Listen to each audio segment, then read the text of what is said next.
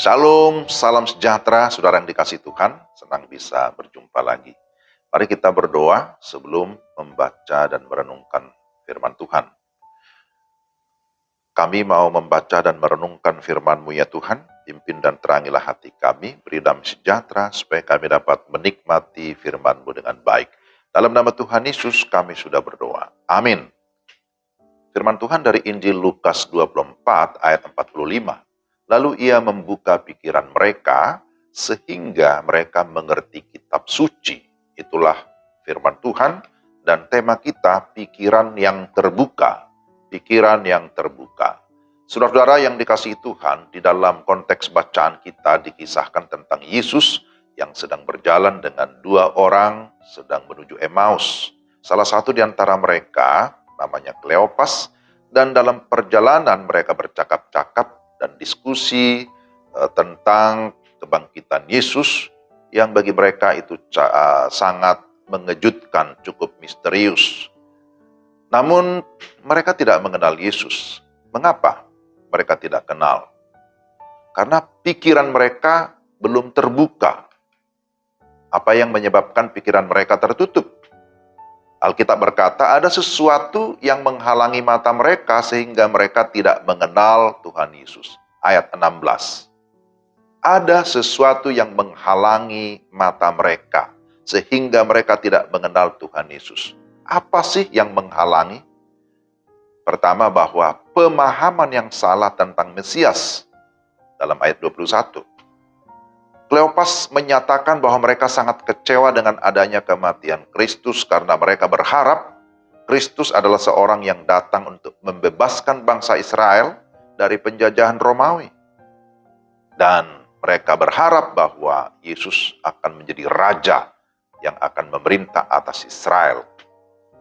Tetapi pemahaman ini tidak tepat karena sesungguhnya Tuhan Yesus datang sebagai Mesias dengan tujuan untuk membebaskan manusia bukan dari penjajahan politis, tetapi dari belenggu dosa, dari kuasa si jahat, si iblis. Karena untuk itulah Mesias mengalami penderitaan bahkan kematian untuk membawa semua orang percaya kepadanya untuk masuk dalam kemuliaan yang kekal, masuk dalam kepastian keselamatan. Apa lagi yang menghalangi pandangan mereka? Yaitu dalam ayat 25 dikatakan ketidakpercayaan mereka terhadap firman Allah. Berkali-kali firman Allah sudah disampaikan bahwa Kristus memang akan menderita, akan mati, tapi dia akan bangkit pada hari yang ketiga. Tetapi ternyata semuanya itu seolah-olah tidak mendapat perhatian dari para murid.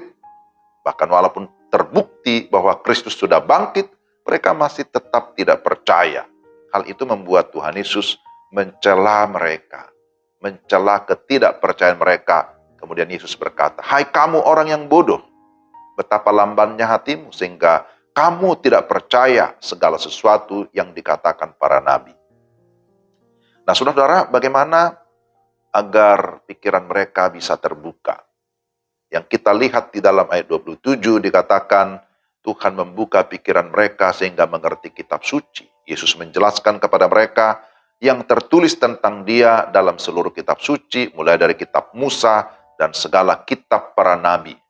Dalam Lukas 24 ayat 45 dikatakan bahwa Tuhan Yesus membuka pikiran mereka sehingga mereka mengerti kitab suci.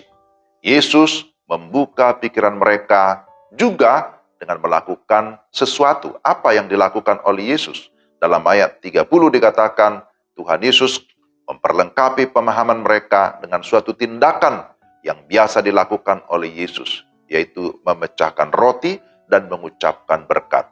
Apa yang Yesus lakukan ini membawa mereka kepada ingatan tentang apa yang pernah disampaikan oleh Yesus. Allah sudah memberi dirinya untuk dikenal. Manusia haruslah meresponi kasih itu dengan cara bagaimana? Percaya sungguh-sungguh, terima Tuhan, buka hati, sehingga sungguh-sungguh dapat memiliki sebuah jaminan kepastian keselamatan dalam Yesus. Dalam ayat 31 dikatakan, seketika itu juga terbukalah mata mereka, lalu mereka pun melihat dia dan mengenalnya dengan baik.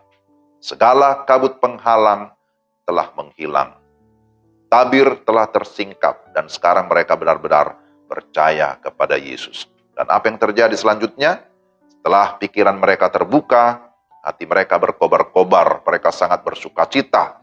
Mereka juga begitu bersemangat menyampaikan berita sukacita yang mereka alami itu. Mereka kembali lagi dalam perjalanan yang begitu jauh kembali ke Yerusalem. Tetapi mereka tetap bersemangat, tetap bersukacita menceritakan pengalaman mereka bersama dengan Tuhan.